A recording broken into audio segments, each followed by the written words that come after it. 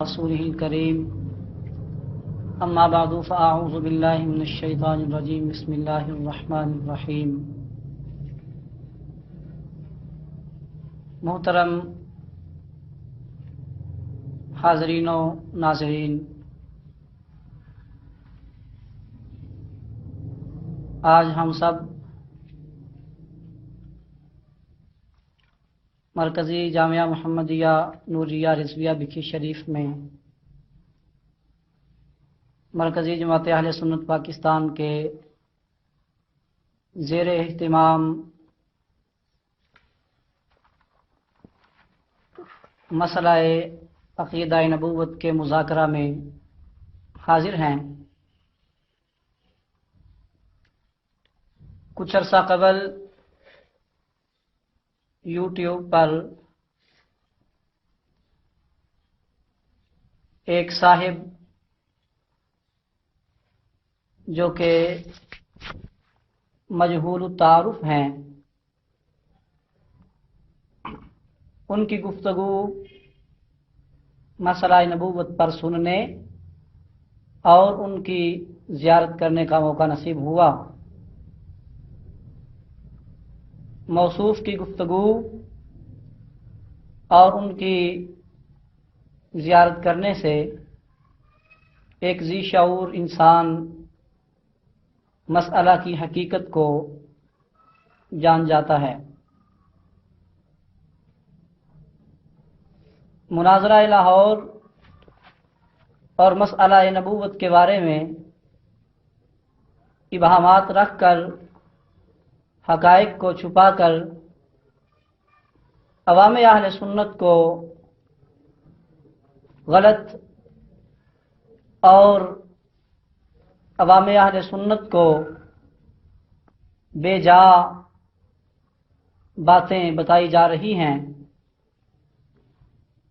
ان سارے ابہامات اور ان سارے حقائق سے پردہ اٹھانے کے لیے ہم نے آج اس مذاکرہ کا اہتمام کیا ہے، جس کی صدارت مجاہد اہل سنت، جانشین حضرت حافظ الحدیث، قائد اہل سنت پیر سید محمد محفوظ شاہ صاحب مشہدی، مرکزی صدر مرکزی جمعیت علماء پاکستان سواد اعظم آپ فرما رہے ہیں، اور مہمانان گرامی کے طور پر جگر گوشہ حضرت حافظ الحدیث پیر سید محمد انوار شاہ صاحب بادشاہ مشہدی، ناظم مالیات جامعہ محمدیہ نوریہ رضویہ بکھی شریف، اور استاذ العلماء فاتح مذاہب باطلہ، محقق اہل سنت، عالمی مبلغ اسلام علامہ مفتی جمیل احمد صدیقی صاحب،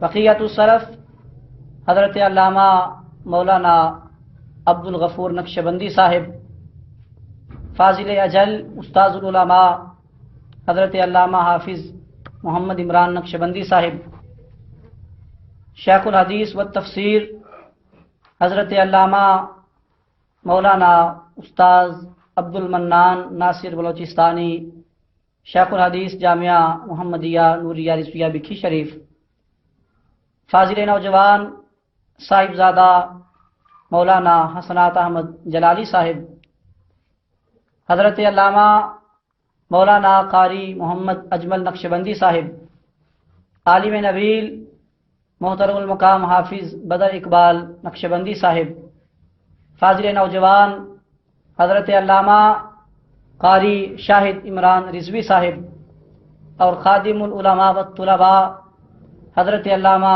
مولانا منشی عطا محمد صاحب، یہ مہمانان گرامی آج کی اس مجلس مذاکرہ میں شرکت فرما رہے ہیں۔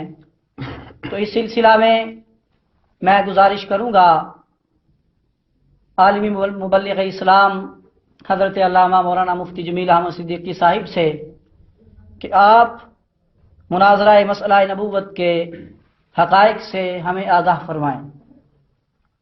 الحمدللہ رب العالمین والصلاة والسلام على خاتم النبیین وعلى آله وصحبه أجمعين.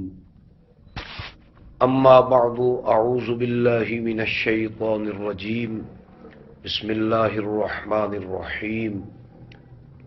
وَإِذْ أَخَذَ اللَّهُ مِيثَاقَ النَّبِيِّينَ صدق الله العظيم. اللهم صل وسلم على سيدنا ومولانا محمد وعترته بعدد كل معلوم لك. صلاة وسلاما عليك يا سيدي يا رسول الله وعلى آلك وأصحابك يا سيدي يا حبيب الله. صاحب صدر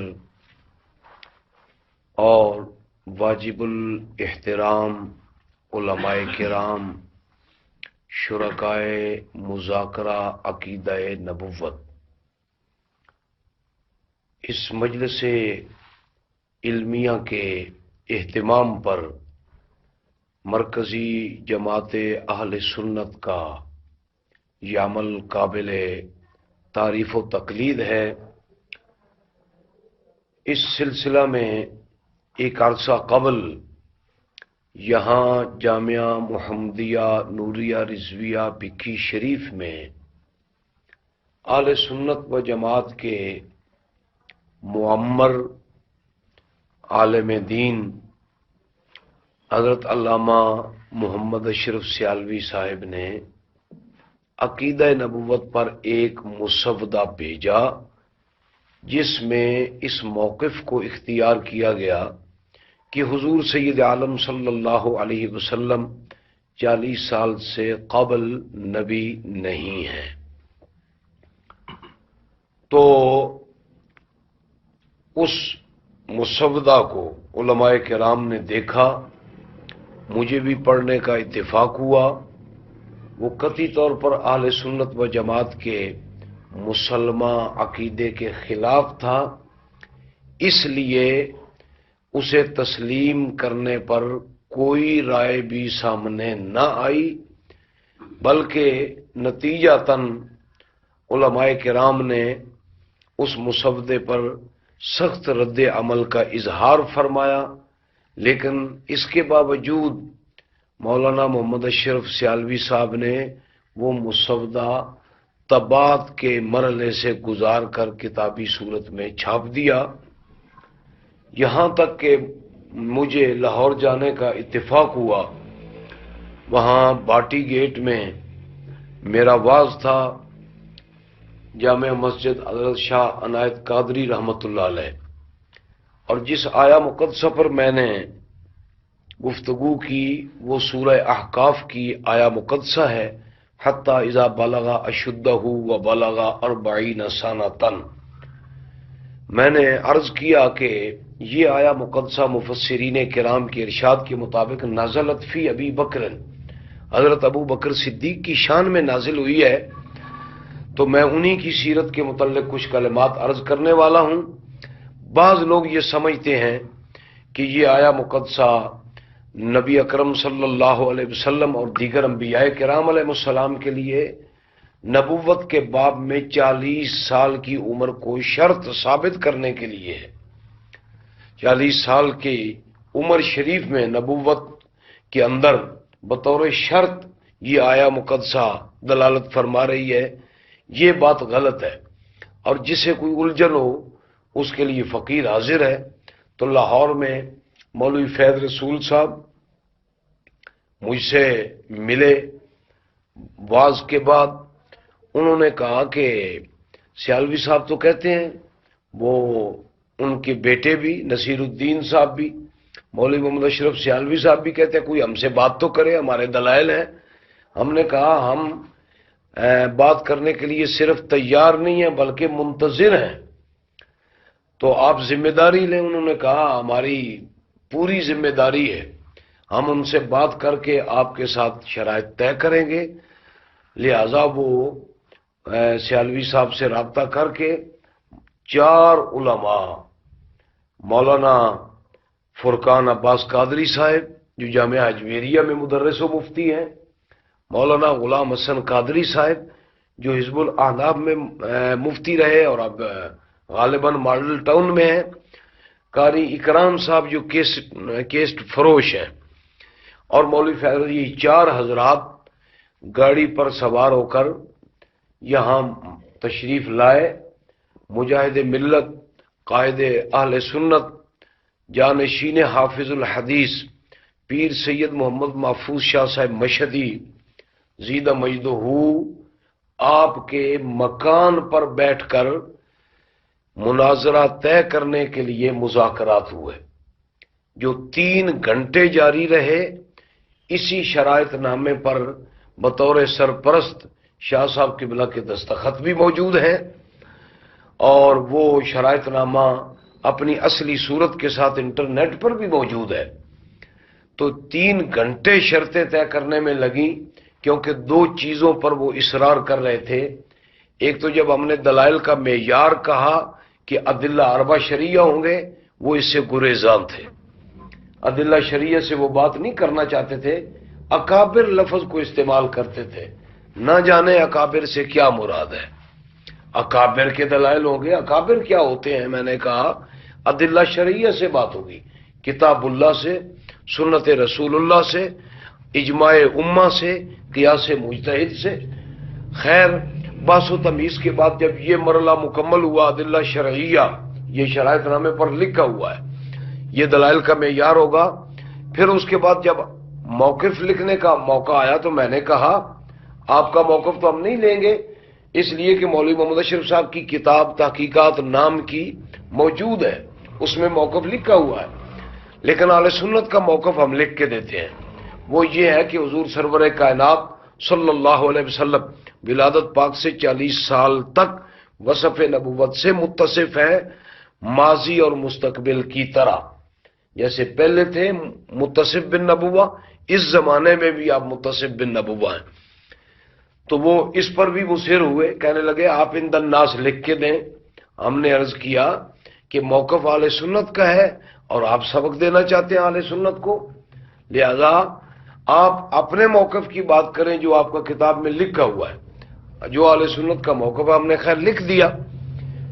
یہ صاحب مناظرہ طے کر کے ٹیلی فون پر مولوی محمد اشرف سیالوی صاحب سے وہاں رہنمائی بھی لیتے رہے، انہی کے فرستادہ تھے، انہی کے فرستادہ کے طور پر ان کے دستخط بھی شرائط نامے پر موجود ہیں۔ ہم نے نہ تاریخ اپنی مرضی سے طے کی، نہ مناظرہ اپنی مرضی سے، اور نہ ہی اس میں کوئی اور بات مسلط کی ان پر، نہ ہی مقام کے حوالے سے ہم نے عرض کیا تھا کہ لاہور میں جامعہ نعیمیہ یا جامعہ نظامیہ یا جامعہ محمدیہ بھکی شریف یا جامعہ مظہریہ امدادیہ بندیال شریف یا پھر آستانہ عالیہ سیال شریف، یہ اہل سنت کے مقتدر مقامات ہیں اور مراکز ہیں۔ ان بیچاروں کی کہیں نہ بنی۔ وہ جامعہ رضویہ ماڈل ٹاؤن میں کہتے تھے، ہم نے کہا کہ جامعہ نعیمیہ تو کم از کم شامل کر لو، نظامیہ سے انکار، سیال شریف سے انکار، بندیال شریف سے انکار، بکی شریف سے انکار۔ تو جامعہ نعیمیہ وہ کہنے لگے یہ ذمہ داری آپ کی ہوگی۔ شاہ صاحب قبلہ نے اپنے ذمہ لیا کہ ان سے رابطہ کر لیں گے، اگر وہاں انتظام ہو سکا تو ٹھیک، ورنہ جامعہ رضویہ ماڈل ٹاؤن میں ہی بات چیت ہو جائے گی۔ یہ ہے حقائق شرائط طے کرنے کے۔ یہ طے کرنے کے بعد جب لاہور میں پہنچے تو اگلے روز سے ہی میرے ساتھ اکرام صاحب جو کیسٹیں وغیرہ بیچتے ہیں لاہور میں، تو یہ رابطہ کرنا شروع ہو گئے، یہ مذاکرہ ہونا چاہیے، مناظرہ نہیں۔ میں نے کہا ہم مناظرہ رشیدیہ والا مناظرہ کریں گے، شخصی بے ادبی نہ ہم نے کی ہے نہ مقصود ہے، دلائل سے بات ہوگی، موقف سامنے آئے گا۔ اب ایک ہی صورت ہے، یا آپ اپنے موقف سے رجوع کر لیں یعنی محمد اشرف سیالوی صاحب، یا پھر دلائل سے بات کریں۔ جب مجھ سے مایوس ہوئے تو پھر رابطہ شروع کر دیا گیا حضرت مجاہد ملت پیر سید محمد محفوظ شاہ صاحب مشہدی کے ساتھ۔ یہ رابطہ میرا خیال یہ ہے کہ یہ مولوی محمد اشرف سیالوی صاحب کی اپنی کوشش کا نتیجہ ہے، کیونکہ سکھر سے مفتی ابراہیم صاحب نے شاہ صاحب قبلہ کو فون کیا، ان سے بار بار رابطہ کیا، قاری محمد یوسف سیالوی صاحب دینا والے، ایسے لوگوں نے، کئی لوگوں نے رابطہ کیا۔ تو یہ انہی کی کوشش کا نتیجہ ہے شاہ صاحب قبلہ نے مومنانہ پختہ جواب دیا، یا تو رجوع کر لینا چاہیے اپنے موقف سے اور سرکار کی نبوت کو ماننا چاہیے، اگر رجوع نہیں کرتے تو پھر دلائل سے بات کریں گے، کب جھگڑے کی بات ہے۔ جب ادھر سے مایوس ہوئے پھر جامعہ نعیمیہ والوں کے پاس گئے، ان سے کہا کہ یہ جھگڑا ہو جائے گا، فساد ہو جائے گا، اس کے باوجود جامعہ نعیمیہ میں ایسی کوئی بات ہمیں دیکھنے میں نظر نہیں آئی کیونکہ 18 جنوری کو مناظرہ تھا، میں 17 جنوری کو کتابیں لے کر احباب کے ساتھ، علماء کے ساتھ سبزہ زار 165 میں دارالعرفان شیر اہل سنت جانشین حضرت حافظ الحدیث پیر سید محمد عرفان شاہ صاحب مشہدی دامت برکات العالیہ مرکزی ناظم اعلیٰ مرکزی جماعت اہل سنت پاکستان کی رہائش گاہ پر حاضر ہوا۔ صبح 8 بجے جامعہ نعیمیہ کے سامنے ہم لوگ موجود تھے۔ اب وہاں پر کون کون سے علماء تشریف لائے؟ جس طرح کہ میں نے عرض کیا، حضرت قبلہ پیر سید محمد عرفان شاہ صاحب مشہدی، حضرت پیر سید محمد محفوظ شاہ صاحب مشہدی، عزت مآب سردار محمد خان لغاری صاحب، ابن مناظر اعظم ترجمان اہل سنت حضرت علامہ مولانا محمد عبد التواب صدیقی صاحب، استاذ العلماء پیکر اخلاص و وفا حضرت علامہ مولانا خادم حسین رضوی صاحب، ایسے ہی جانشین شیخ القرآن حضرت علامہ مولانا سید ریاض الحسن شاہ صاحب چکوال سے، استاذ العلماء محقق اہل سنت حضرت علامہ مفتی محمد طیب ارشد صاحب، ایسے ہی حضرت علامہ مولانا مفتی محمد فاروق بندیالوی صاحب، مجاہد اہل سنت پیر سید ضیاء احمد مشہدی صاحب، اور بڑی تعداد میں علماء کرام وہاں پر موجود تھے۔ یہ سب کے سب ذمہ داران لوگ ہیں۔ تو جامعہ نعیمیہ کے گیٹ کے سامنے سیکورٹی کے پیش نظر ان کے دربان ہوتے ہیں سرکاری، تو ان کے پاس بھی عام لوگوں کے لیے نہیں، مگر مولوی محمد اشرف سیالوی صاحب اور میرا نام لکھ کر ان کے پاس چٹ موجود تھی کہ یہ اندر آ سکتے ہیں، بات چیت کر سکتے ہیں۔ تو ہم لوگ اندر گئے، پھر دوسرے علماء بھی بالآخر گئے۔ حضرت علامہ ڈاکٹر راغب نعیمی صاحب نے سب کو اندر آنے کی اجازت دی۔ کم از کم 11 بجے 11:15 بجے تک یہ سارے علماء اندر رہے، بات چیت ہوتی رہی۔ پوچھا گیا وہ سیالوی صاحب کیوں نہیں آئے؟ آتے بات کر لیتے، سن لیتے، یہاں بات ہوتی، لیکن جب وہ نہ آئے تو 11:15 بجے علماء کرام نے دعائے خیر فرمائی کہ وہ بھاگے ہیں مناظرے سے، شکست خوردہ ہیں، ان کے موقف میں جان نہیں ہے، لہذا ہم یہاں سے چلتے ہیں۔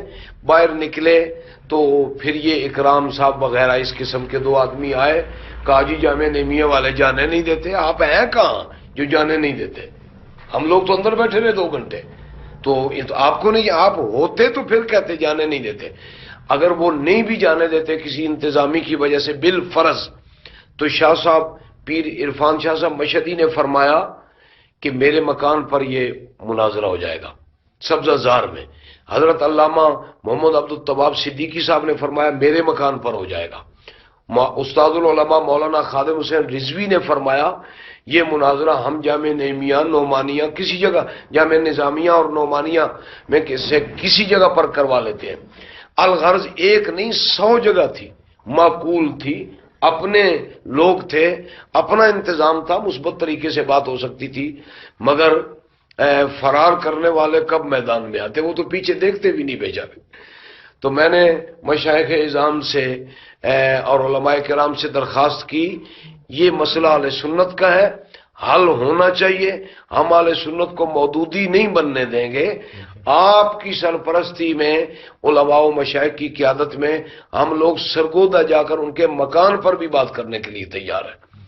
لیکن علماء کرام نے ارشاد فرمایا جب وہ فرار اختیار کر گئے ہیں، سامنے آئے نہیں، تو بغیر رابطے کے ہمیں نہیں جانا چاہیے۔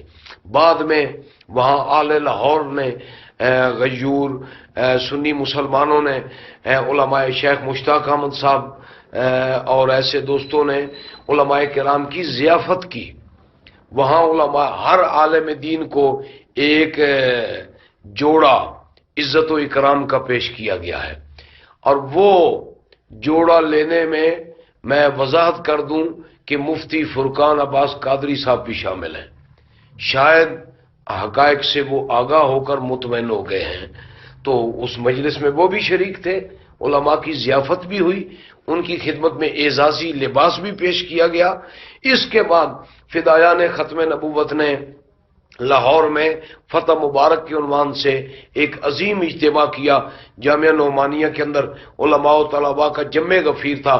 میں بھول گیا ہوں راوی ریان شریف سے پیر سید عبد القادر شاہ صاحب دامت برکات العالیہ، حضرت میاں محمد حنفی سیفی مد و ذلہ نے، آپ نے ان کی قیادت میں علماء کا پورا وفد بھیجا تھا، وہ اس موقع پر بھی موجود تھا، اور اسی طرح جشن فتح مبارک پر بھی وہ لوگ موجود تھے۔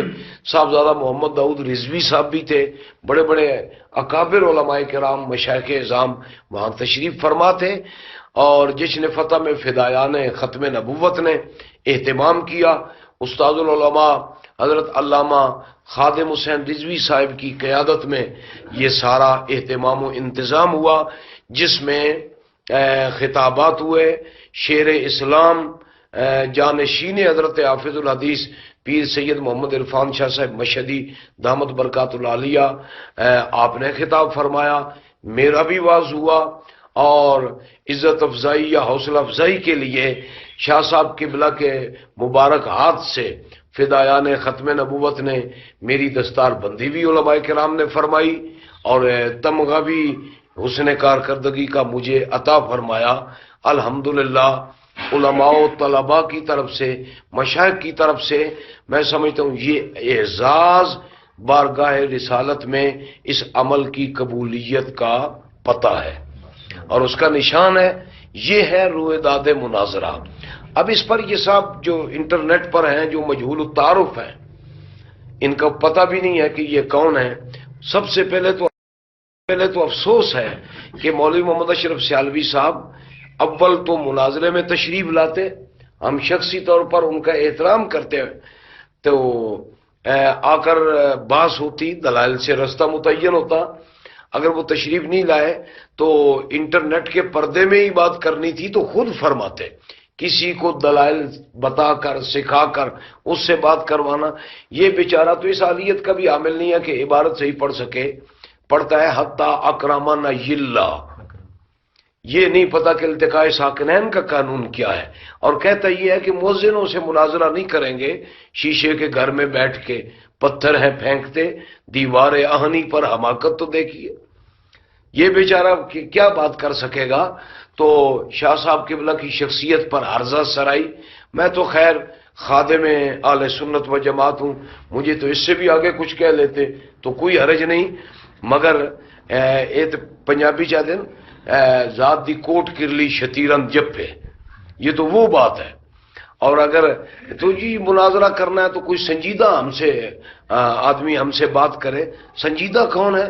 حضرت علامہ اشرف العلماء استاد العلماء مفتی محمد اشرف قادری صاحب دامت برکات العالیہ، اللہ تعالیٰ ان کو صحت کاملہ عطا فرمائے، یہ قابل اعتماد سکہ عالم دین ہے، سنیت و انفیت کے اندر ان کا نام لیا، اور ہمارے دوست عزیز حضرت علامہ مولانا محمد اشرف آصف ڈاکٹر جلالی صاحب، ان کا نام لیا۔ تو اس سلسلے میں نے یہ عرض کرنا چاہتا ہوں کہ مفتی محمد اشرف قادری صاحب قبلہ سے میری گفتگو ہوئی مناظرے کے لیے، میں نے انہیں عرض کیا کہ آپ بھی اس میں تشریف لے جائیں، وہ فرمانے لگے فالج، ہارٹ اور دیگر امراض کا اس طرح شکار ہوں کہ 3 جمعوں سے مسلسل جمعے سے بھی غیر حاضر ہوں، میں 1 گھنٹہ بھی نہیں بیٹھ سکتا، عقیدہ میرا اہل سنت والا یہی ہے، اور میں دعا گو بھی ہوں۔ وہ طبی طور پر معذور ہیں، ڈاکٹر صاحب اور محاذ پر بھی کام کر رہے ہیں، لیکن پوچھنا ان کے عقیدے کا ہو تو سوال ہم سے ہے۔ ماشاءاللہ یہ بھی کیا خوب انداز سیکھا بچنے کے لیے۔ تو جو طبی یا طبی یا علمی طور پر کمزور ہیں ان کو سنجیدہ قرار دیتے ہیں، اور جو دلائل سے جواب دے سکتے ہیں ان کو کہتے ہیں کہ یہ غیر سنجیدہ ہیں، اور یہ مؤذن ہے، یہ امام ہے۔ ماشاءاللہ ہماری سعادت ہے، ہم اذان دینے والے ہیں، نماز سے لے کر عقیدے تک، یہاں سے لے کر الحمدللہ دنیا کے ہر پلیٹ فارم تک ہم تو اذان دینے کو سعادت سمجھتے ہیں۔ عقیدے کی اذان، عمل کی اذان، نماز کی اذان، اور آپ کو بھی اذان دے رہے ہیں۔ ہمت ہے تو دلائل کے ساتھ ہمارا مقابلہ کرو۔ یہ ہمارا مقابلہ نہیں ہے، اہل سنت سے مقابلہ ہے، اسلام سے مقابلہ ہے۔ تو ان کا نام لیتے ہیں۔ چکوال والے ایک مقولہ پڑھتے ہیں، لسے تے ماں کاوڑ چڑھنی ہے تے ڈاڈے تے ماں ترس ہوندا ہے۔ یعنی جو بیچارے بیمار اور مریض ہیں ان کو تنگ کرتے ہیں کہ ہم سے۔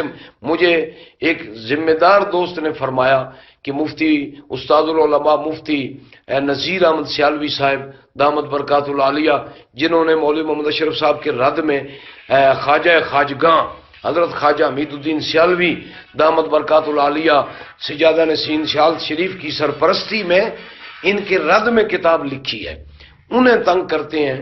انہوں نے جواب دیا کہ میں متکلم نہیں ہوں، میں نے دلائل لکھ دیے ہیں، اگر آپ نے بحث کرنی ہے تو کسی متکلم سے کرو۔ تو جو کرنا نہیں چاہتے تبھی کسی عذر کی وجہ سے ان کو کہتے ہیں ہمارے ساتھ بات کرو، تم سنجیدہ ہو، اور جہاں سے جواب مل سکتا ہے، بات چیت ہو سکتی ہے، وہاں کہتے ہیں جی یہ غیر سنجیدہ ہے۔ تو آپ کے ماتھے پر کس نے سنجیدگی کی مور لگائی ہے؟ بیچارے علمی اوقات تو آپ کی یہ ہے، سنتے تھے دور سے ملا کی مشہوری، تحریر سے دیکھا تو امامے کے سوا ایج، پھسلتے پھسلتے کہاں جاتے ہو؟ تو عرض کرنے کا مقصد یہ ہے کہ ایک ایسے نامناسب رویے کے سامنے آنے پر حقائق سے اہل سنت و جماعت کو آگاہ کرنا، یہ ہے رویداد مناظرہ۔ اگلی بات یہ ہے کہ اگر مولوی محمد اشرف سیالوی صاحب یہ سمجھتے ہیں کہ یہ مناظرہ میں نے نہیں طے کیا یا میرے مرضی کے خلاف تھا یا مجھے علم نہیں تھا، اب علم میں آ گیا ہے، اگر اس موضوع پر ہمت ہے تو اب بھی بات کر لو، اب بھی بات کر لو اس موضوع پر۔ اہل سنت و جماعت کا پکا مذہب یہ ہے، نبی اکرم صلی اللہ علیہ وسلم ہر آن میں وصف نبوت کے ساتھ متصف ہے، عالم روح سے لے کر عالم حشر تک وصف نبوت آپ کو حاصل ہے۔ تو یہ مناظرہ ہے جس کی رویداد میں نے عرض کر دی ہے، اور یہاں اس مجلس مذاکرہ میں مجاہد ملت حضرت پیر سید محمد محفوظ شاہ صاحب مشہدی دامت برکات العالیہ تشریف فرما ہے۔ آپ ہی کی سرپرستی میں، آپ ہی کی رہائش گاہ پر ان لوگوں نے مناظرہ طے کیا تھا، اور بڑے بڑے علماء کے سامنے خود مولوی محمد اشرف سیالوی صاحب نے اعتراف کیا کہ مناظرہ ہے، جانے نہ جانے کا مشورہ کرتے رہے، اور اب کہتے ہیں میرے علم میں نہیں ہے۔ مفتی صاحب، عقیدہ نبوت پر اہل سنت کا موقف کیا ہے، اس کے بارے میں اجمالی خاکہ پیش فرما دیں تاکہ سامعین اس سے کچھ آگاہ ہو جائیں۔ جی، جو عقیدہ نبوت ہے اس پر اہل سنت و جماعت کا جو موقف ہے وہ یہ ہے کہ اللہ جل شانہ نے جب سے انبیاء کرام علیہ السلام کو نبوت عطا فرمائی ہے اس میں انقطاع اور زوال نہیں ہے۔ اسی وجہ سے ولادت پاک سے لے کر 40 سال کی عمر شریف تک بھی حضور سید عالم صلی اللہ علیہ وسلم وصف نبوت کے ساتھ متصف رہے۔ زوال نبوت کا عقیدہ یہ کفری عقیدہ ہے، اور نبوت عامہ مطلقہ کا اس بات جو ہے یہ قرآن و حدیث سے ثابت ہے۔ جیسا کہ میں نے پہلے بھی عرض کیا، انٹرنیٹ پر بھی وہ میرا خطاب موجود ہوگا، وَإِذْ أَخَذْنَا مِنَ النَّبِيِّينَ، قرآن پاک کی آیہ میثاق ہے۔ اللہ تعالیٰ نے عالم روح میں انبیاء کرام علیہ السلام کو انبیاء فرمایا، ان پر انبیاء کا اطلاق فرمایا۔ ایسے ہی وَإِذْ أَخَذَ اللَّهُ مِيثَاقَ النَّبِيِّينَ میں تو قرآن نے اپنے ظاہر کے ساتھ عالم روح سے نبیوں کو نبی کہا، تو جب اپنے ظاہر کے ساتھ عموم کی بنیاد پر نبیوں کو نبی کہا تو اب دلیل مخصص ہے ہی نہیں جو قرآن پاک کے ظاہر میں تخصیص کر سکے۔ میں نے پہلے خطاب میں بھی یہ قانون عرض کیا، اور انٹرنیٹ کی گفتگو میں نے بھی سنی ہے، یہ صاحب جو مجہول التعارف ہے ان کی، اس دلیل کو چھوا تک نہیں ہے۔ اب بھی میں کہتا ہوں ہمت ہے تو جواب دے دو، قرآن نے جس اپنے حکم سے انبیاء کرام کی عالم روح سے نبوت ثابت کی ہے وہ نبوت مطلقہ عامہ ہے، اس میں دلیل تخصیص نہیں ہے۔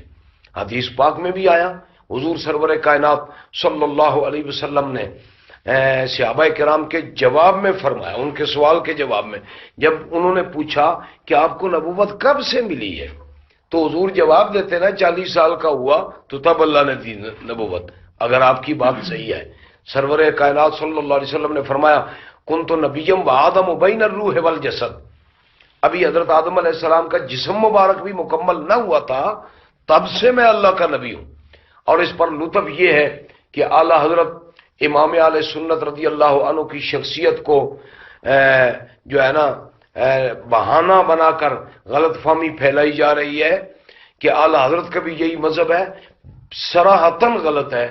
جدید اشاعت میں جلد نمبر 30 کے اندر فتاوی رضویہ شریف میں امام اہل سنت اعلی حضرت عظیم المرتبت فرماتے ہیں حضور سرور کائنات صلی اللہ علیہ وسلم کی نبوت عامہ ہے، آپ سب نبیوں مرسلین کے نبی ہیں اور ایک زمانے کے نبی نہیں ہیں، جمیع زمانوں کو آپ کی نبوت آوی ہے، ہر زمانے کے اندر آپ نبی ہیں۔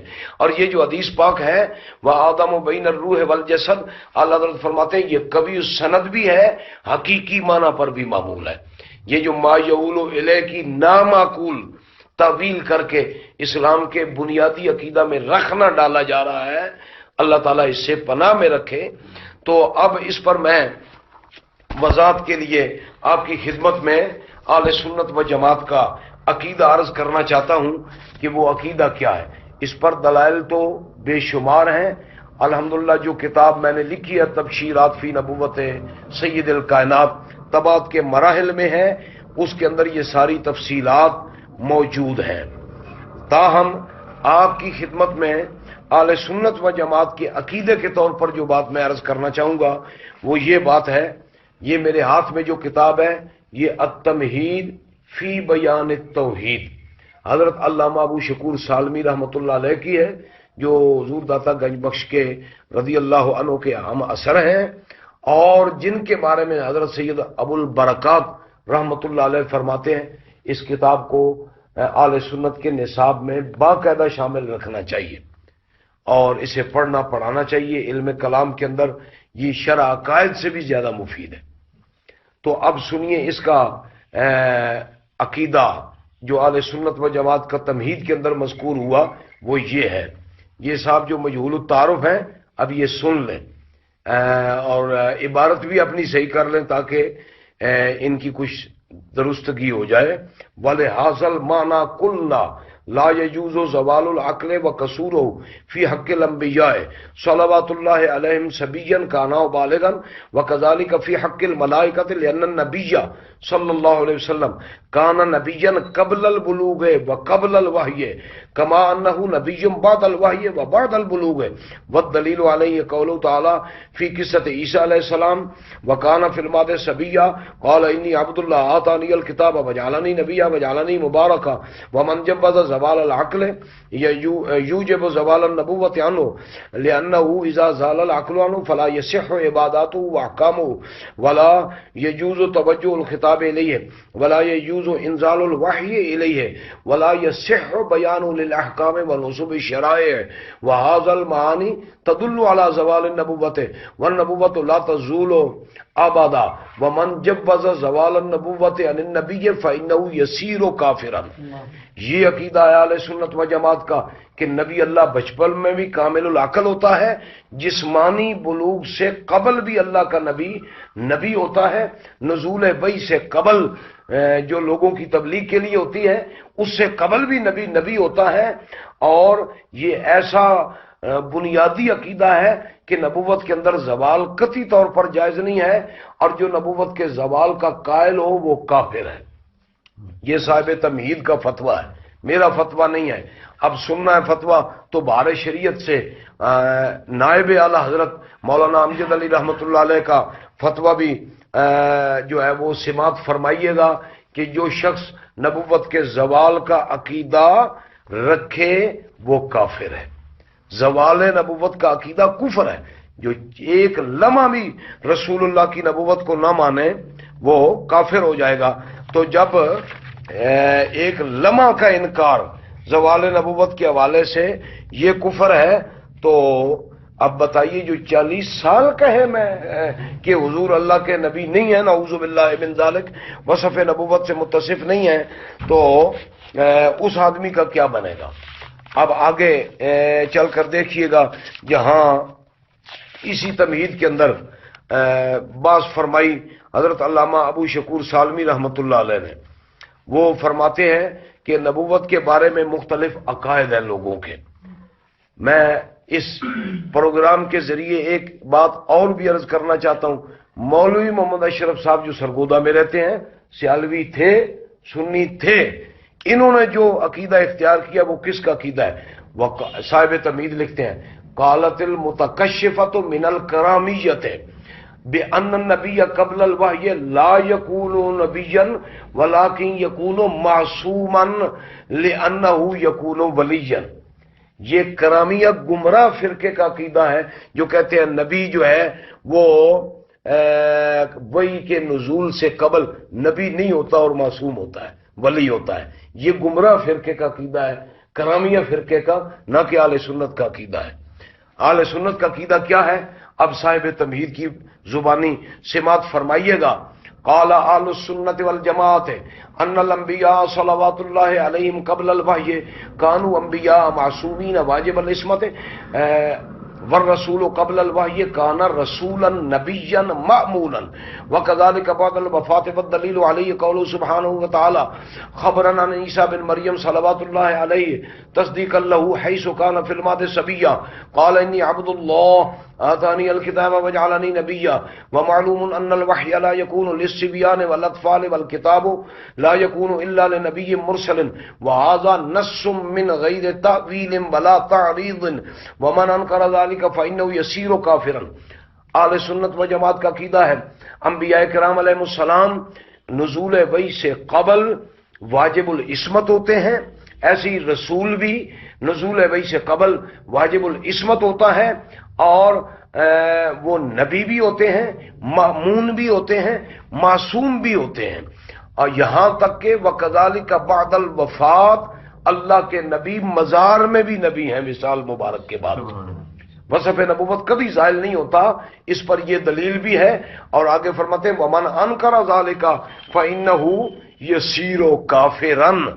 جو نبی اللہ کی نبوت کے زوال کو جائز سمجھے وہ مسلمان نہیں ہوگا۔ آگے ایک اور بات بھی عرض کرنا چاہوں گا اسی تمہید سے، عصمت کی بحث میں حضرت علامہ ابو شکور سالمی رحمۃ اللہ علیہ فرماتے ہیں فعصمت الانبیاء انما یثبت من طریق الوجوب لا من طریق الجواز فاذا کان واجب العصمت قبل الوحی دل انہ نبی۔ جب انبیاء کرام علیہ السلام کے لیے عصمت بطریق وجوب ثابت ہوئی، یعنی محض جوازی بات نہیں ہے، نہ ہی کوئی فروعی بات ہے، یہ اعتقادی وجوبی مسئلہ ہے۔ جب انبیاء کرام علیہ السلام کے لیے بطریق وجوب عصمت ثابت ہو گئی، بطریق جواز نہیں ہے بلکہ بطریق وجوب ہے، تو اسی سے ثابت ہو گیا کہ معصوم ہوتا ہی وہ ہے جو نبی ہو۔ غیر نبی کو معصوم کہنا یہ رافضیوں کا عقیدہ ہے۔ غیر نبیوں کو معصوم سمجھنا، ولیوں کو معصوم بنانا، جیسے ائمہ اہل بیت کو وہ معصوم کہتے ہیں، یہ روافض کا عقیدہ ہے۔ نہ جانے مولوی محمد اشرف سیالوی صاحب کا عقیدہ رافضیوں کے ساتھ ملا ہے یا متکشفہ کے ساتھ ملا ہے، یہ ہمیں معلوم نہیں کدھر کیا ہے عقیدہ۔ اہل سنت کا یہ عقیدہ ہے ایک لمحہ بھی نبوت کا زوال جائز نہیں ہے۔ یہ ہے تصریح التمہید فی بیان التوحید کے اندر علامہ ابو شکور سالمی رحمۃ اللہ علیہ کی۔ یہ میرے ہاتھ میں کتاب مواہب لدنی شریف ہے جس کی تفصیلی ابحاث ہیں، انشاءاللہ یہ کتاب کے اندر چھپ رہی ہیں، اب ساری پڑھنے کو مل جائیں گی، لیکن میں ایمان افروز بات یہاں سے جو عرض کرنا چاہتا ہوں وہ تو دو حصوں میں ہے۔ چھوٹی سی بات فرماتے ہیں کہ امام زرقانی شرح مواہب کے اندر حضور سید عالم صلی اللہ علیہ وسلم کی نبوت کے 4 درجے ہیں، 4 درجے ہیں۔ کون کون سے ہیں؟ فرماتے ہیں اول درجہ تو یہ ہے کہ اللہ تعالیٰ کے علم میں نبی تھے اور ہیں، اور پھر دوسرا درجہ یہ ہے کہ پھر نبی علم الہی میں ہونے کے بعد اللہ تعالیٰ نے ان کو لکھوا دیا. ثم تعلقت بہل کتابتوں، پھر حضور سرور کائنات صلی اللہ علیہ وسلم کو نبی لکھا بھی گیا، پہلے علم الہی میں لکھا گیا. ثم تعلق بہل ابراز والایجاد للملائکۃ فی الوجود العینی، اللہ تعالیٰ نے پھر اپنے محبوب صلی اللہ علیہ وسلم کی نبوت کو ظاہر فرمایا ملائکہ کے سامنے بھی اور دیگر انبیاء کرام علیہ السلام کی ارواح مقدسہ کے سامنے بھی. آپ فرماتے ہیں فحقیقتہ موجودۃ من ذلک الوقت وان تأخر جسدہ الشریف، حضور سرور کائنات صلی اللہ علیہ وسلم کی حقیقت یعنی اتصاف بالنبوہ آپ کے لیے اسی وقت سے ثابت ہے اگرچہ جسم مبارک متاخر ہوا دنیا میں ظاہر ہونے کے اعتبار سے. آگے فرماتے ہیں وَإِنَّمَا يَتَأَخَّرُ الْبَعْثُ وَالتَّبْلِيغُ، آپ فرماتے امام قسطلانی مواہب لدنیہ میں فرماتے ہیں تبلیغ اور بعثت متاخر رہی، نبوت پہلے مل گئی. یہ جو بعثت کا معنی نبی بنانا فرماتے ہو، مہربانو اپنی اصلاح کر کے علامہ قسطلانی کی مواہب لدنیہ اور دیگر محدثین کی کتب سے اس کی تحقیق کر لو. اور آگے امام غزالی رضی اللہ عنہ کی طرف منسوب ایک بات کا جواب دیتے ہوئے امام قسطلانی مواہب لدنیہ میں فرماتے ہیں کہ اگر یہ کہا جائے کہ حضور آئندہ نبی بنیں گے، آئندہ نبی بننے میں حضور کی خصوصیت کیا ہے، حضور کی عظمت کیا ہے، لہذا امام غزالی رضی اللہ تعالی عنہ کی طرف یہ بات منسوب کر کے یہ تمسک کرنا غلط ہے. وہ مؤول کلام ہے، وہ مؤول کلام ہے. آپ کی یہ عبارت ہے جس کے اندر آپ یہ فرماتے ہیں ان من فسرہ ایل کون نبیم و آدم بین الروح والجسد کل غزالی بعلم اللہ بانہ یسیر نبیا لم یصل الی ھذا المعنی، یعنی جن لوگوں نے یہ معنی کیا کہ آئندہ نبی بنیں گے تو اس سے وہ شرافت حاصل نہیں ہوتی، بلکہ اس کا مطلب یہ ہے اسی وقت سے نبی ہیں. اور جنہوں نے کہا کہ آئندہ نبی بنیں گے جیسے امام غزالی، اس کا مطلب یہ ہے کہ لوگوں کے سامنے اظہار نبوت ہوگا. یہ مطلب نہیں ہے کہ ان کو نبوت اثر نو ملے گی، لوگوں کے سامنے اظہار نبوت کا حکم آئندہ ملے گا. اس کا بھی یہ معنی، یہ تعویل ہے. جب ادھر نصوص موجود ہیں جیسا کہ سیاستہ سے میں نے کتاب کے اندر بھی یہ حدیث لکھی ہے، 12 سال کی عمر شریف میں راہب کہتے ہیں ھذا رسول رب العالمین، یہ ہے اللہ کے رسول وغیرہ، کتنے اور دلائل موجود ہیں. خود حضور فرماتے ہیں میں اس وقت سے اللہ کا نبی ہوں جبکہ آدم علیہ السلام روح اور جسم مبارک کے درمیان تھے. تو تفصیلی دلائل کی تو یہاں گنجائش نہ ہوگی.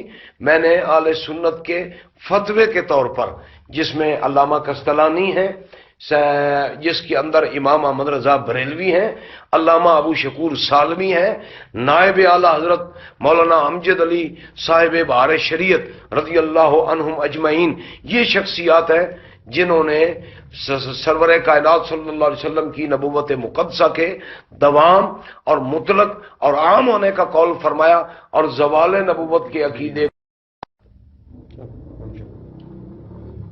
کیا نبی ہونے کے لیے تبلیغ یہ لازم ہے یا نبوت ملنے کے لیے 40 سال کی عمر ہونا یہ ضروری ہے؟ اس کے بارے میں کچھ تھوڑی سی وضاحت فرما دیں.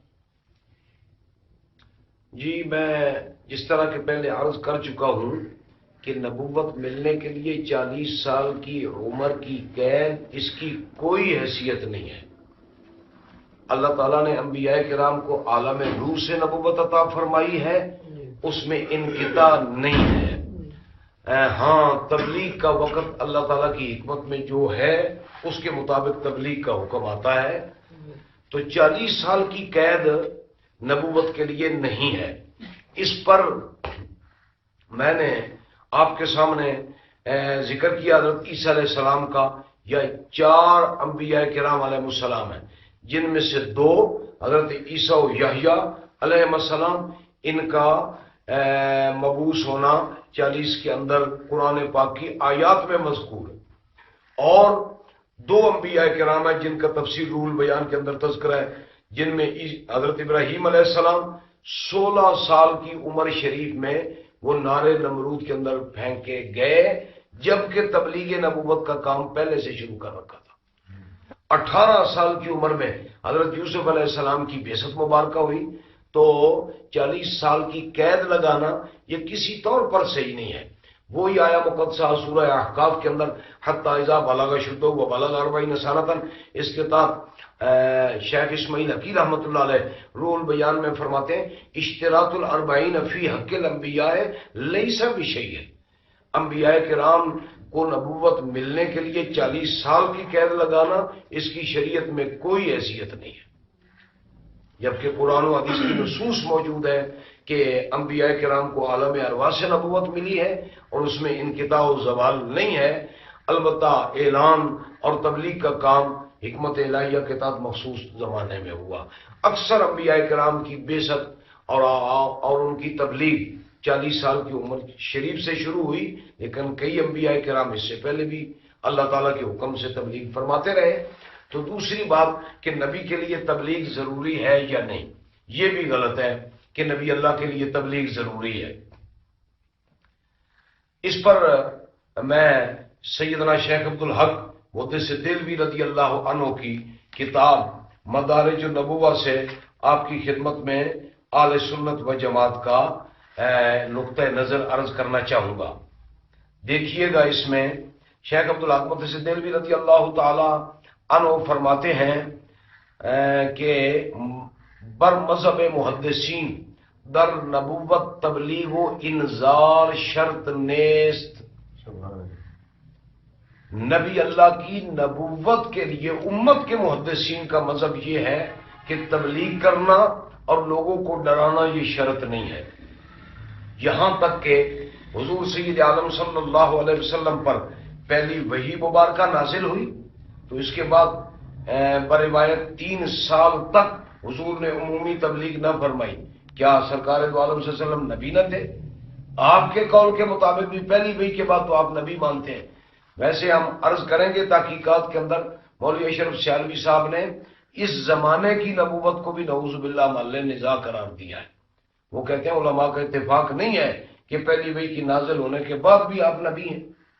تو تاہم دیکھیے گا 3 سال تک سرکار نے تبلیغ نہیں فرمائی، پہلی وحی کے نزول کے بعد، حضرت جبریل علیہ السلام کے آنے کے بعد، اور پھر اللہ تعالیٰ جل شانہ نے یہ آیا مقدسہ نازل فرمائی جو تبلیغ کے لیے الگ حکم ہے، یا ایھا المدثر قم فانذر، یہ حکم تبلیغ ہے، یہ الگ دیا گیا۔ اب یہاں پہ ایک بام جو وہ صاحب مجہول التعارف ہیں انہوں نے اٹھایا ہے کہ کیا حضور نعوذ باللہ گناہ دیکھ کر تکیہ کرتے رہے، چھپاتے رہے؟ تو میں الزامی طور پر آپ سے پوچھنا چاہوں گا کہ اللہ تعالیٰ نے 600 سال کے بعد سید الانبیاء کو دنیا میں ظاہر فرمایا، حضرت عیسیٰ علیہ السلام کے بعد، صحیح بخاری شریف کے آخر میں حدیث ہے 600 سال اللہ جل شانہ نے گناہوں کا ملاحظہ فرمایا ہے، ان کو روکنے کا انتظام نہیں فرمایا، قادر مطلق ہے، ما ہوا جوابکم ہوا جوابنا۔ لیکن آئیے اسلام کی دعوت یہ ہے کہ نبی کی تبلیغ اللہ کے حکم اور اس کی حکمت سے ہوتی ہے، یہ اللہ ہی جانے اور اس کا رسول جانے، لیکن جب اللہ جل شانہ نبی کو حکم دیتا ہے تو تبلیغ ہوتی ہے۔ تو یہ کہنا کہ نعوذ باللہ من ظالم کہ نبی کے لیے تبلیغ ضروری ہے، نبی تبلیغ نہ کرے تو گناہ گار ہوتا ہے، تو آپ بتائیے گا کہ اللہ جل شانہ کے سامنے تو کائنات کے سارے احوال ہیں، ہمہ وقت ہے، تو اللہ تعالیٰ کی حکمت ہے جیسے وہ چاہے۔ شاید اس میں یہ بھی حکمت ہو کہ دنیا فسق و فجور پر اپنا آپ ظاہر کرے اور وہ قابل اصلاح ہو جائے تو نبی اللہ تشریف لا کر اصلاح کرے ان کی، یا اور حکمتیں ہیں جو اللہ اور اس کے رسول کو معلوم ہے۔ تاہم عقیدے کے اندر نبوت ملنے کے لیے تبلیغ ضروری نہیں ہے کہ پھر فور تبلیغ ہوگی، تب اللہ تعالیٰ الگ دیتا ہے جیسا کہ حضور سید عالم صلی اللہ علیہ وسلم کو اللہ تعالیٰ نے پہلی وحی کے نزول کے بعد بھی 3 سال یہ حکم نہیں دیا، 3 سال گزرنے پر حکم دیا. تو یہ کہنا سراسر غلط ہے کہ نبی اللہ کے لیے تبلیغ ضروری ہے. حضور نبی ہوتے تو 40 سال سے پہلے بھی تبلیغ فرماتے. ایک اور وضاحت یہ بھی غلط ہے کہ حضور نے تبلیغ نہیں فرمائی. کون نہیں جانتا کہ سرور کائنات صلی اللہ علیہ وسلم نے اپنی پہلی 40 سالہ حیات طیبہ میں تبلیغ نہیں فرمائی. حضور کی ذات اقدس صادق اور الامین کے لقب سے مشہور تھی. لوگوں کو بھلائی کی دعوت دیتے تھے، صرف دعوی نبوت نہ تھا. یہ اللہ تعالیٰ کے حکم سے 40 سال کی عمر شریف پر ہوا، لیکن معاشرے کے اندر نیکی، بھلائی اور اپنی ذاتی عبادت غار حرا میں اور دیگر امور یہ سارے کے سارے رسول اللہ سے ثابت ہے صلی اللہ علیہ وسلم. 25 سال کی عمر شریف میں جب نستورہ راہب کے سامنے تجارت کے معاملے میں مکالمہ ہوا تو انہوں نے کہا کہ آپ بتوں کی قسم اٹھائیں. فرمایا میں ان کی نہیں اٹھاتا، میں اللہ کو ماننے والا. سبحان اللہ. تو اس نے بھی اس بنیاد پر دیکھا کہ یہ ھذا نبی آخر الانبیاء. نستورہ راہب کہنے لگا یہ ہے نبی جو آخری نبی ہے.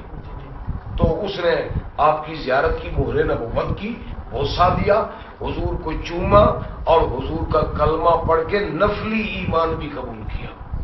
ایمان لانا فرض تو تب ہوا جب اللہ کے نبی نے دعوت دی ایمان لانے کی. لیکن کسی کو خدا کی طرف سے معرفت حاصل ہو جائے اور حضور کو پہچان کر وہ مسلمان ہو جائے تو یہ اس کا ایمان نفلی ہوگا اور اللہ تعالیٰ کی بارگاہ میں اسے اجر و ثواب ملے گا. جیسے حضرت ورقہ کے بارے میں شیخ عبدالحق محدث دہلوی نے مدارج النبوہ میں لکھا ہے کہ حضرت ورقہ بن نوفل نے نبوت کا زمانہ پایا ہے مگر ظہور نبوت کا زمانہ نہیں پایا. اس لیے صحابی نہ بنے لیکن مومن بن گئے کہ حضور کو پہچان لیا اور مسلمان ہو گئے.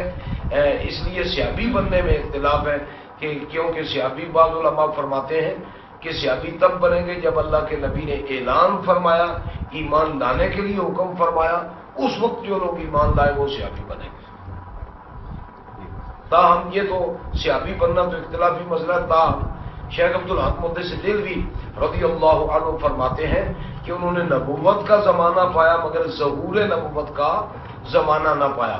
یہ صاحب جو ایسے کمزور استدلالات پیش کرتے ہیں 40 سال کے ہو گئے تو عمر شریف ہوئی، تو 40 سال کے ہو گئے تو نبوت شریف ملی وغیرہ، اس قسم کے ظہور نبوت کا معنی کہاں سے آیا؟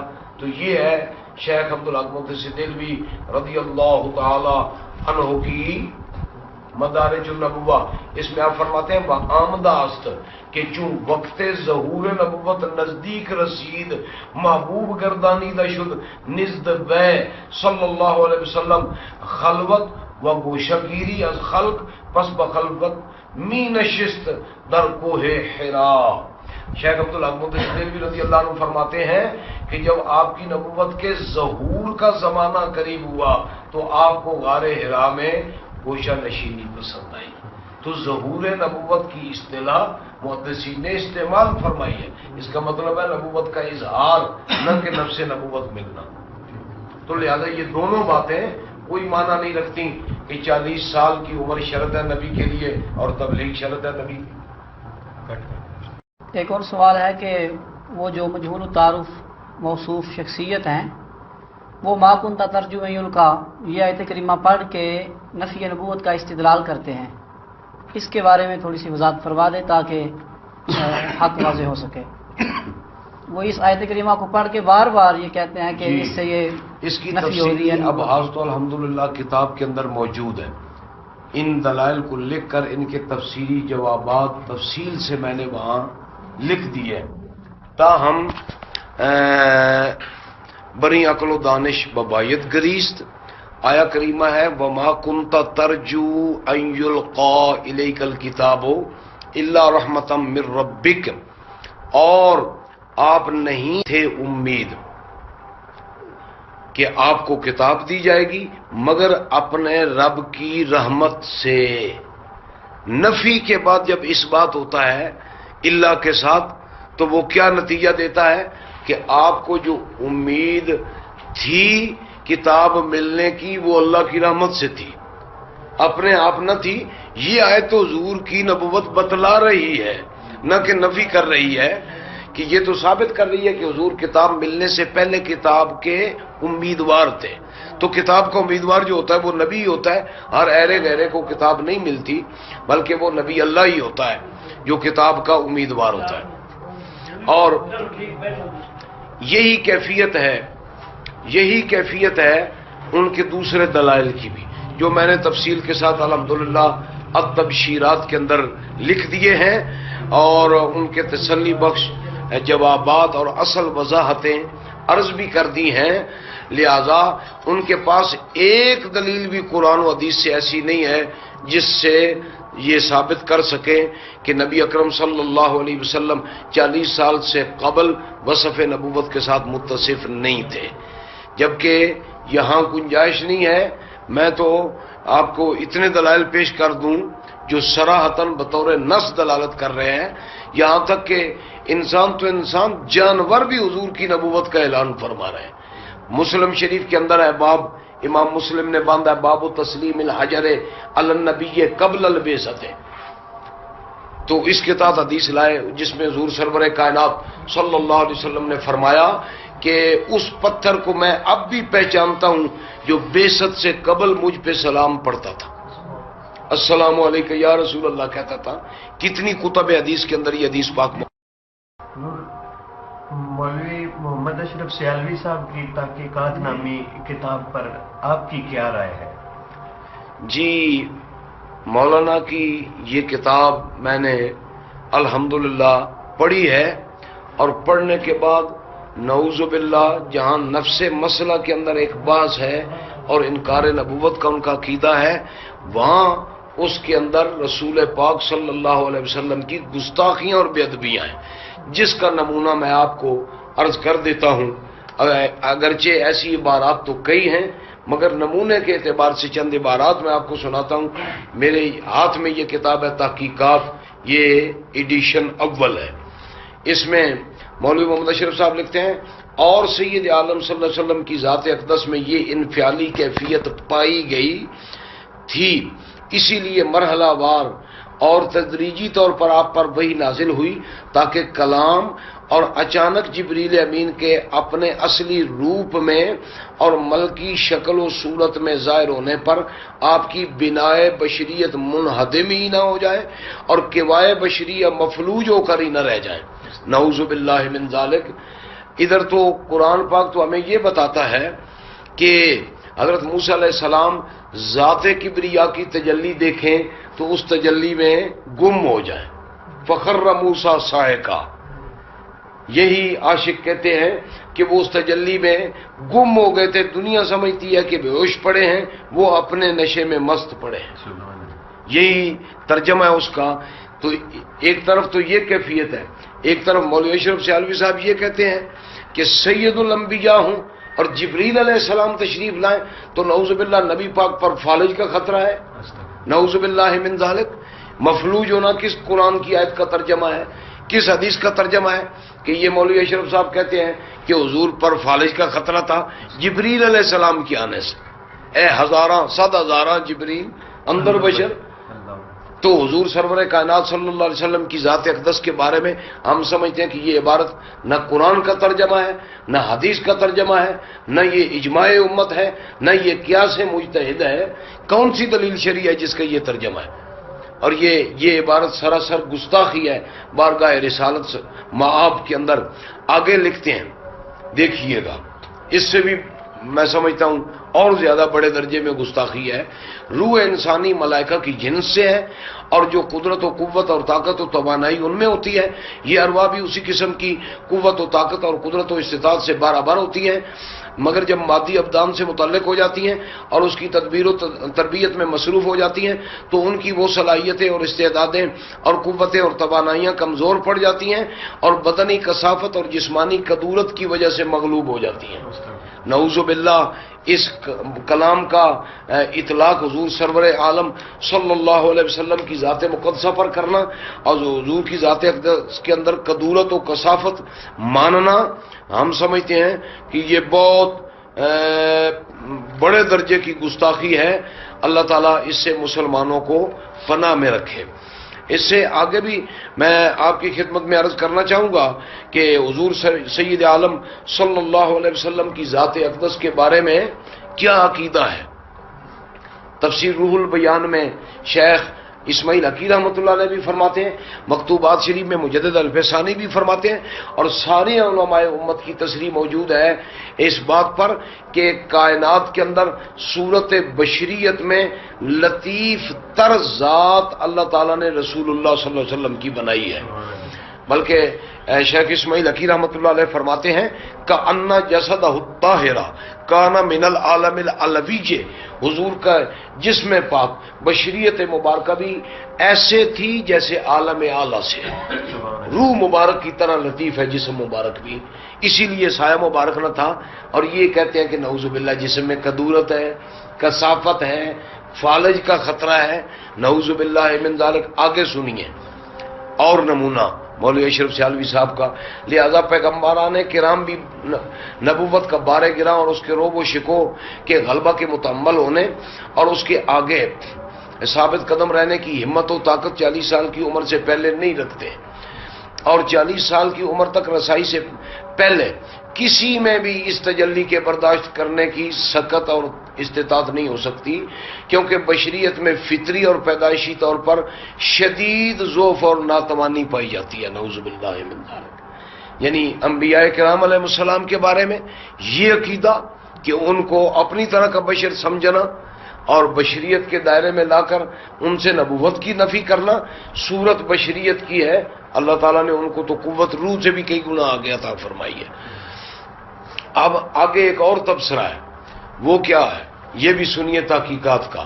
رہا معاملہ حضرت عیسیٰ علیہ السلام کے 40 سال کی عمر سے پہلے نبی بن جانے کا، تو اس کا جواب یہ ہے کہ وہ ماض بشر نہ تھے، وہ نصف تھے، آدھے بشر تھے اور آدھے روحانی تھے، کیونکہ وہ حضرت جبریل امین علیہ السلام کے اور ان کی امی جان حضرت مریم میں 3 نفخ اور پھونک سے پیدا ہوئے تھے.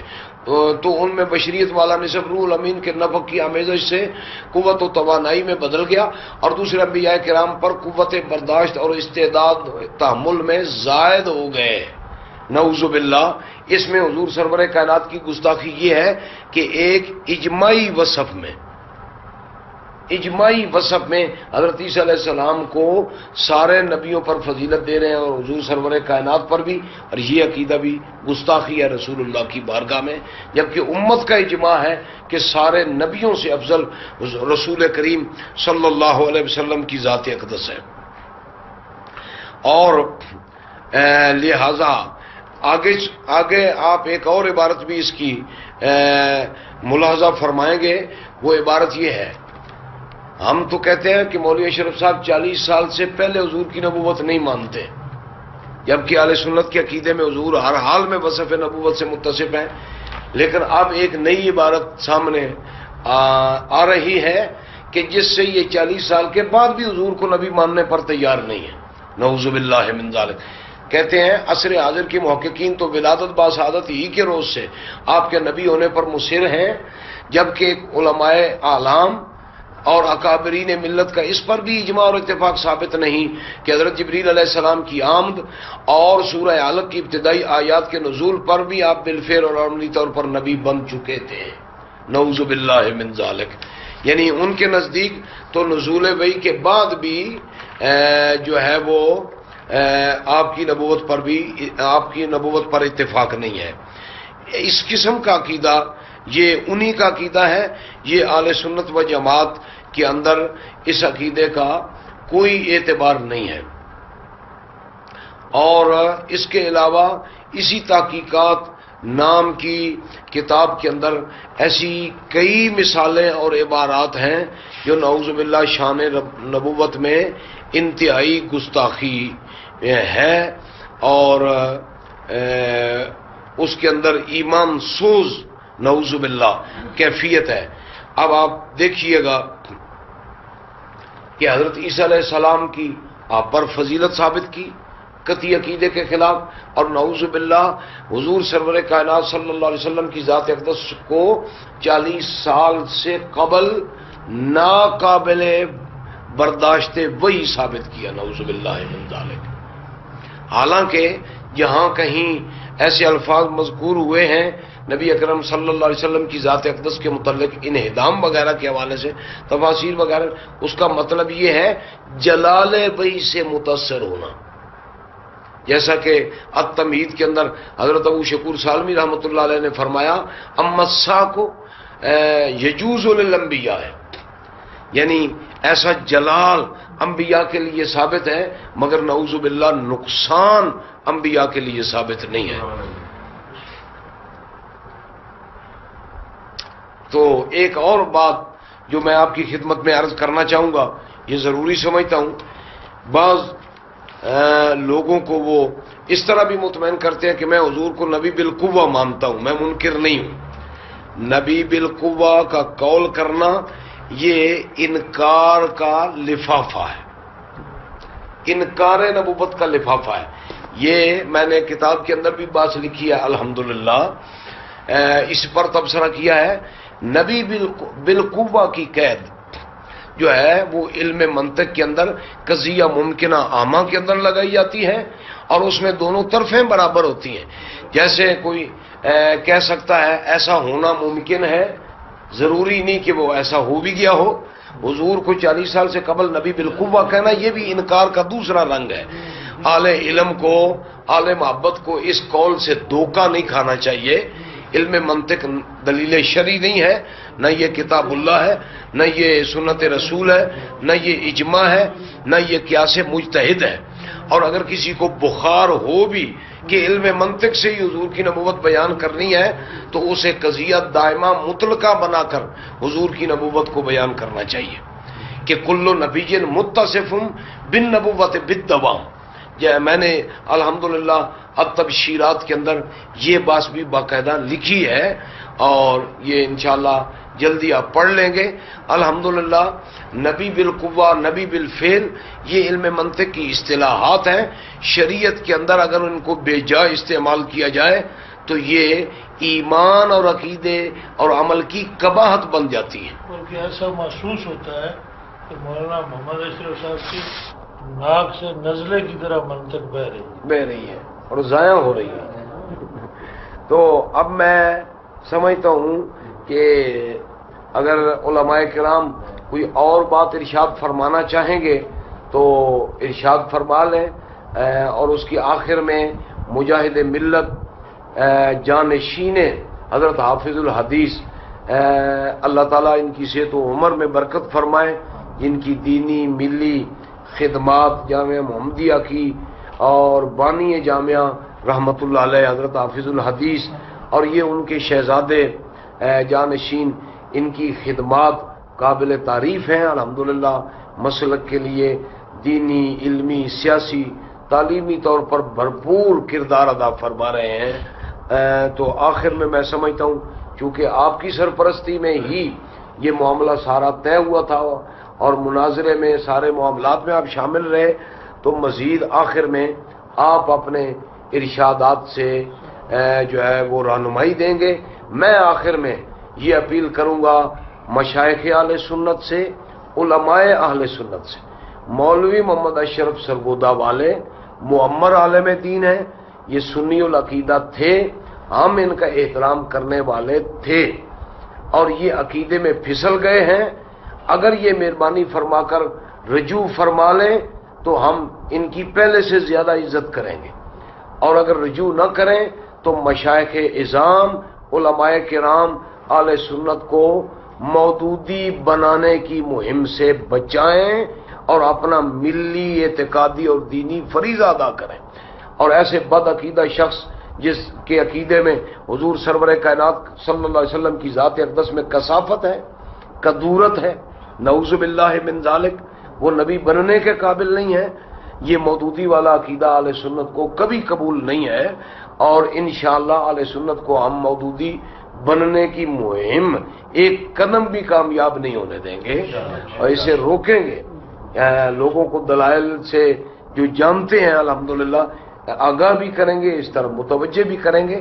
تو میں درخواست کروں گا شاہ صاحب قبلہ سے کہ وہ بھی کچھ کلمات ارشاد محترم اور معزز حضرات، حضرت مولانا مفتی جمیل احمد صدیقی صاحب نے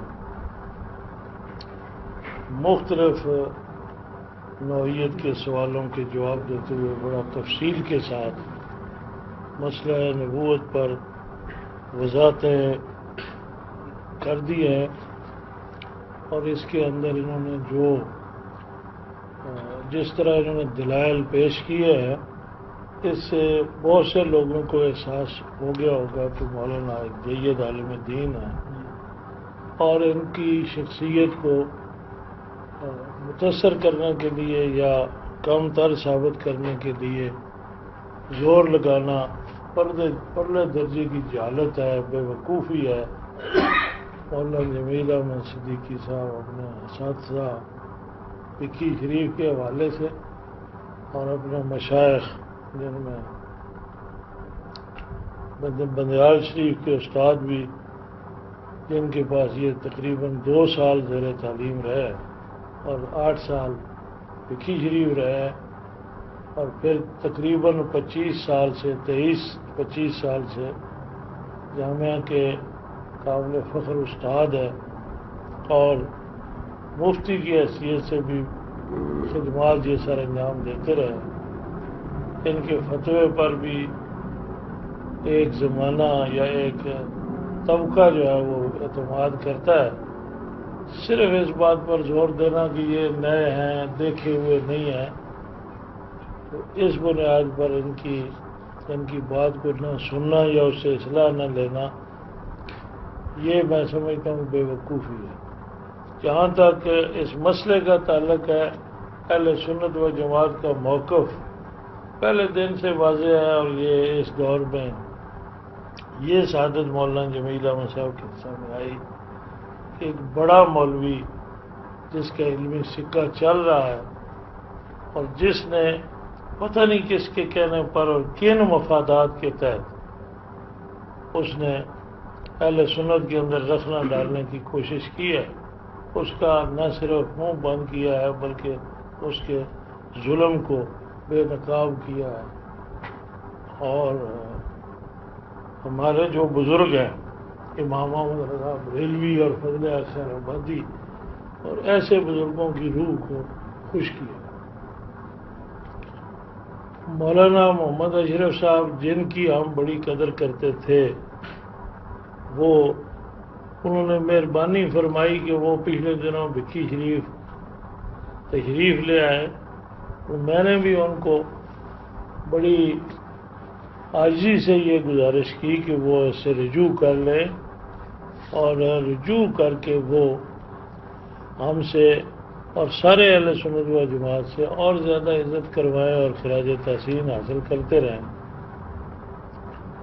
لیکن چند آواریوں کے ساتھ ان کے کہنے میں آ کے اگر انہوں نے یہ طرز اختیار نہ کی تو ہمیں فیصلہ کن مرحلے کی طرف جانا پڑے گا، اس لیے کہ یہ معاملہ موقوف نہیں کیا جا سکتا اس بات پر کہ ایک آدمی رسالت مآب کی ذات پر بھی حملہ آور ہو اور صفات پر بھی حملہ آور ہو اور عقیدے کی بنیادوں میں رکھنا ڈالے، اور پھر محض اس لیے کہ وہ ایک بڑا مولوی ہے اس کا لحاظ کیا جائے تو یہ شرعی اعتبار سے بھی جائز نہیں ہوگا۔ لیکن وہ میرے ساتھ گفتگو کرتے ہوئے یہ بات انہوں نے تسلیم نہیں کی کہ میں رجوع کر لوں گا، بلکہ وہ اپنے موقع پر ڈٹے ہوئے ہیں۔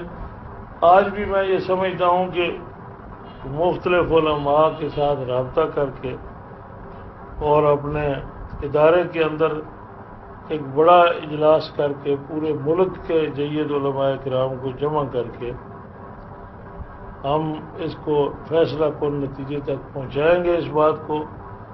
اور میں نے اس دن بھی ان کو کہا تھا، جب وہ ادارہ کے اندر تشریف لائے تھے، میں نے ان کو کہا تھا کہ یہاں تو آپ سے الجھاؤ نہیں کرنا چاہتے، لیکن اگر آپ موقع ہمیں دے دیں تو ہم سرگودا میں آ کر بھی اس مسئلے پر گفتگو کرنے کے لیے تیار ہیں۔ لیکن اس کا مجھے انہوں نے بالمشافہ کوئی خاطر خواہ جواب نہیں دیا، لہذا اس مذاکرہ کے اندر بھی میں اس بات کو پھر دہرانا چاہتا ہوں کہ جتنے حضرات ایسے موجود ہیں جو کسی نتیجے پر ابھی تک نہیں پہنچے، اول جو اس مذاکرہ میں مولانا مفتی جمیل احمد صاحب کی گفتگو سننے کے بعد ان پر حقیقت واضح ہو جائے گی، لیکن کسی بھی شخصیت کو اس بارے میں کوئی ابہام ہے تو وہ کوشش کر کے مولانا جمیل احمد صدیقی اور محمد اشرف سیالوی صاحب کو اکٹھا ایک جگہ بٹھا کر فیصلہ کون ایک بورڈ بیٹھ جائے اور اس میں فیصلہ کرے۔ ہم اہل سنت و جماعت کی بھلائی چاہتے ہیں اور ہمیں احساس ہے کہ چھوٹی چھوٹی باتوں پر اختلافات ہوتے رہتے ہیں اور ان سے ہمارے لوگ بڑے بیزار بھی ہوتے ہیں کہ یہ چھوٹی باتوں میں اختلاف نہیں کرنا چاہیے، دنیاوی معاملات میں یا سیاسی معاملات میں انتشار نہیں ہونا چاہیے۔ تو یہ انتشار اس نوعیت کا نہیں ہے، یہ عقیدے کا معاملہ ہے، ایمان کا معاملہ ہے، اور پوری دل سوزی سے سب حضرات کو یہ کوشش ہمارے ساتھ مل کر کرنی چاہیے تاکہ مولانا محمد محمد وآله وصحبه أجمعين. ربنا تقبل منا إنك أنت السميع العليم وتب علينا إنك أنت التواب الرحيم. ربنا تقبل منا إنك أنت السميع العليم وتب علينا إنك أنت التواب الرحيم. ربنا ظلمنا أنفسنا وإن لم تغفر لنا وترحمنا لنكونن من الخاسرين. اللهم يا هادي اهدنا الصراط المستقيم. اللهم يا هادي اهدنا الصراط المستقيم صراط الذين أنعمت عليهم غير المغضوب عليهم ولا الضالين. اللهم أرنا الحق حقا وارزقنا اتباعه. اللهم أرنا الحق حقا وارزقنا اتباعه. اللهم أرنا الحق حقا وارزقنا اتباعه وأرنا الباطل باطلا وارزقنا اجتنابه وأرنا الباطل باطلا وارزقنا اجتنابه. ربنا لا تؤاخذنا إن نسينا أو أخطأنا. ربنا ولا تحمل علينا إصرا كما حملته على الذين من قبلنا. ربنا ولا تحملنا ما لا طاقة لنا به واعف عنا واغفر لنا وارحمنا. أنت مولانا فانصرنا على القوم الكافرين. أنت مولانا فانصرنا على القوم الجاهلين. اللهم أنت مولانا فانصرنا على القوم الجاهلين. أنت مولانا فانصرنا على القوم الفاسقين. أنت مولانا فانصرنا على القوم الفاسقين. أنت مولانا فانصرنا على القوم الجاهلين. ربنا آتنا في الدنيا حسنة وفي الآخرة حسنة وقنا عذاب النار وقنا عذاب القبر وقنا عذاب الحشر وقنا عذاب الصراط وقنا عذاب الميزان. اللهم صل وسلم على سيدنا ومولانا محمد وعلى آله وصحبه وبارك وسلم عليه.